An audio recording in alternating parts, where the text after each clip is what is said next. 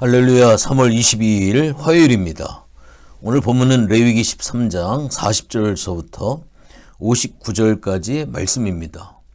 요즘에 코로나 오미크론으로 인하여서 굉장히 많은 사람들이 고통을 당하고 있고요. 또 자가격리라고 하는 의무적으로 행하는 일을 통해 일상의 삶이 참 어려움을 겪고 있는 그러한 상황입니다. 1340년도에 흑사병이라고 하는 패스트균에 의해서 유럽에 엄청난 그러한 재앙과 아픔이 있었습니다. 그 당시에 유럽의 인구가 약 4억 명 정도가 되어졌는데 이 흑사병으로 인하여서 죽어간 사람이 약 1억 명이 죽었습니다. 그 조그만 그 병균, 세균이라고 하는 것이 들쥐를 통하여서 그 유럽은 해상의 어떤 그 배로 인한 교통수단이 잘 발달되어 있었는데 그 배마다 그 들쥐로 인하여서 유럽에 전파가 되어지면서 아주 단시간 내에 전 유럽이 이 흑사병으로 인하여서 인구의 30%, 40%가 사망을 하게 되어지는, 지금 전세적으로 코로나로 인하여서 6억 명이 넘는 사람들이 확진이 됐고요. 우리나라 같은 경우에도 벌써 확진자가 800만 명이 넘었습니다. 그리고 사망자도 11,000명이 넘어가고 있는 그러한 상황이죠. 7명 중에 한 사람이 코로나 확진으로 어려운 시간을 보냈다라고 하는 통계를 우리가 볼 수가 있습니다. 이 보이지 아니하는 코로나균, 보이지 아니하는 이 패스트균이 얼마나 강력한 역사를 하고 있는지 우리가 이거를 통하여서 이 죄라고 하는 것이 얼마나 무서운가라고 하는 것을 다시 한번 깨닫게 되어지는 그러한 시간들을 보내고 있는 것 같습니다. 어제 이어서 오늘도 바로 이 나병에 대한, 피부병에 대한 그러한 부분들을 이야기를 하고 있습니다. 나병의 영적 의미는 과연 무엇일까요? 나병은 불치의 병으로 처음에는 외부에 나타나다가 점점 살이 썩는 무서운 병입니다. 나병의 특징은 코로나가 확산성이 무서운 것처럼 나병도 확산성입니다. 피부병이 여기저기 퍼지면 부정하고 퍼지지 않았으면 정한 것입니다. 또 물에 빨았는데도 없어지지 아니하면 부정한 것이고요. 회개의 모양이라고 하는 건 있지만 근본적인 변화가 없다면 그것은 회개로 인정할 수가 없음을 영적으로 보여줍니다. 하나님의 간섭에도 불구하고 끝까지 고집을 부리면 결국 멸망할 수밖에 없습니다. 더 이상 악을 행하지 않는 것이 문제가 아니라 하나님께로 돌이켜야 합니다. 털이 휘어졌다던가 환부가 우묵하여졌다라고 하는 것은 그 질병의 원인이 몸 안의 부패임을 알려주고 있습니다. 이와 마찬가지로 인간의 죄악의 근원도 그 심령의 내부에 있다라고 하는 것을 우리가 유익 있게 생각해 봐야 됩니다. 내 피부에 문제가 있을 때 한 주간을 지켜보면서 더 이상의 진전이 없을 때는 피부병이지만 털이 휘어지거나 다른 피부보다 더 우묵해지면 또 다른 피부로 퍼져나가면 이는 나병으로 진단을 했습니다. 이를 영적으로 해석을 하면 어떤 사람에게든지 죄나 부정적인 생각이 일어날 수 있습니다. 그것이 내 자신의 내면의 문제로 조용히 해결되면 단순한 죄로 평가될 수 있지만 내 신앙에 큰 변화가 있을 만큼 심각한 손상을 주거나 나의 입술을 통하여 다른 사람에게로 퍼져나가면 이는 그 죄성이 커서 격리시키고 접촉을 피해야 할 영적인 나병이 걸린 부정한 상황으로 이해할 수 있다라고 하는 그러한 사실입니다.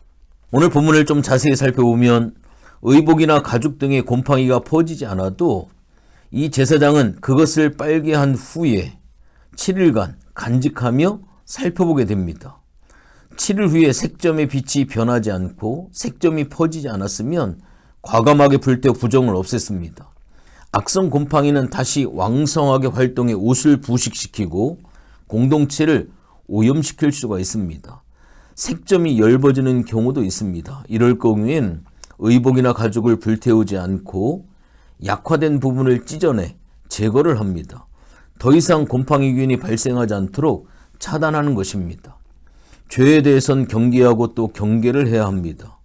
거룩한 삶을 위해 작은 죄에 대해서도 철저하게 대응을 해야만 합니다. 또한 곰팡이 색점이 재발한 경우에도 과감하게 불태워 없애야 했습니다. 불태우는 것은 곰팡이균 자체를 소멸시켜버리는 것입니다. 거룩한 삶을 위해 우리는 작은 부정적인 것들조차 의식 속에서 소멸시켜 버려야 합니다. 그것들이 우리의 의식 속에서 자라거나 영향력을 미치지 못하도록 완전하게 제거를 해야 합니다. 이것이 바로 거룩한 삶으로 나아가는 길입니다. 옷이나 가죽 등에서 색점이 사라져도 다시 빨아내야 정결했습니다. 약간의 부정함도 용납하지 않는 것이 거룩한 삶을 지키는 길입니다. 거룩한 삶은 가만히 있다라고 해서 저절로 없어지지 않습니다. 언약 백성의 뼈를 깎는 경건의 축으로 우리가 철저히 결단하고 노력함으로 이루어질 수 있습니다. 거룩한 삶을 위해서 오늘날 이 시대에 우리의 삶이 엄격해져야 될 필요성이 있습니다. 또한 이 옷과 가죽을 훼손하는 것은 푸르고 붉은 곰팡이균이었습니다. 이것이 옷이나 가죽에 퍼질 수 있는 악성 곰팡이의 원인이었습니다. 곰팡이균은 옷이나 가죽의 서식에 옷을 부식시키거나 못쓰게 만듭니다. 여러분들 죄라고 하는 것도 곰팡이균과 유사한 성질이 있습니다. 죄는 사람에게 달라붙어 그 사람을 점점 타락시키고 파멸시킵니다. 제사장은 의복이나 가죽의 곰팡이를 7일 동안 간직하며 살펴보게 됩니다. 그리고 일주일 동안 곰팡이의 색점이 퍼졌으면 악성 나병이었고 불살라야 했습니다. 곰팡이나 죄는 전염성이 있습니다. 악성 곰팡이를 방치하면 모든 공동체가 점차 부패하게 됩니다. 우리는 죄에 대해서 단호해야 합니다. 우유부단하거나 우물쭈물하다간 공동체 전체의 거룩함이 무너지게 됩니다. 악성 곰팡이에 감염된 옷이나 가죽은 완전히 불태우는 것이 공동체의 거룩함을 지키는 방법입니다. 우리는 삶 속에서 악성 곰팡이와 같은 죄가 점점 더 커지거나 번지는 것을 용납해서는 안 됩니다. 만약 우리가 죄와 타협하고 죄를 적당히 눈감아 준다면 결국 번식력이 강한 죄는 우리 자신을 삼키고 파멸을 시킬 것입니다. 우리는 죄에 대해 가혹하리만큼 단호한 태도를 가져야 합니다. 결론적으로 말씀을 드립니다. 하나님은 거룩하신 분이기 때문에 언약 백성인 우리도 마땅히 거룩하게 살아야 할 것을 강력하게 요청을 하고 있습니다. 거룩함은 모든 생활 영역에 적용되어야 합니다. 하나님은 이스라엘 공동체의 의복이나 가죽 등에서 나타나는 작은 색점의 전염도 전혀 허용하지 않으셨습니다. 작은 부정도 경계하고 완전히 소멸시키는 것이 거룩한 삶에 이르는 길입니다. 우리의 삶 가운데 부정한 죄는 작은 것이라도 방심하지 말고 철저히 경계할 수 있는 그러한 삶이 되어야만 합니다. 오늘 본문에서 중점적으로 이야기하고 있는 바로 이 문둥병, 나병이라고 하는 것은 정결한 사람을 부정한 존재로 만듭니다. 환자는 정상적으로 사회생활을 할 수가 없습니다. 하나님의 성소에도 갈 수 없고 사람들에게서 격리되어야만 했습니다. 나병은 죄의 속성을 닮았습니다. 죄인은 거룩하신 하나님께 나아갈 수 없습니다. 죄인의 상태에서 하나님과 어떠한 교제도 나눌 수가 없습니다. 오직 우리의 구원자 되시는 예수 그리스도만이 죄인을 비참한 저주에서 온전히 구원해 거룩한 삶으로 이끌어간다라고 하는 이 분명한 사실을 오늘 이 아침에 꼭 기억하는 우리 성도님들 되어주시기를 주님의 이름으로 부탁을 드립니다. 하나님 고맙고 감사를 드립니다. 하나님 이렇게 피부병, 문둥병, 또 이것이 의복에 생기는 곰팡이, 이러한 부분들이 허용이 되어지면 공동체에 큰 피해를 주기 때문에 격리를 시키고 빨기도 하고 또한 이것을 해결하기 위해 부단히 노력을 합니다. 하나님, 오늘날 이 시대에 오염된 것들이 얼마나 많이 있습니까? 하나님, 우리가 말씀 안에 신앙 안에 살아가는데 방해되는 우리의 죄의 속성들이 얼마나 많이 있습니까?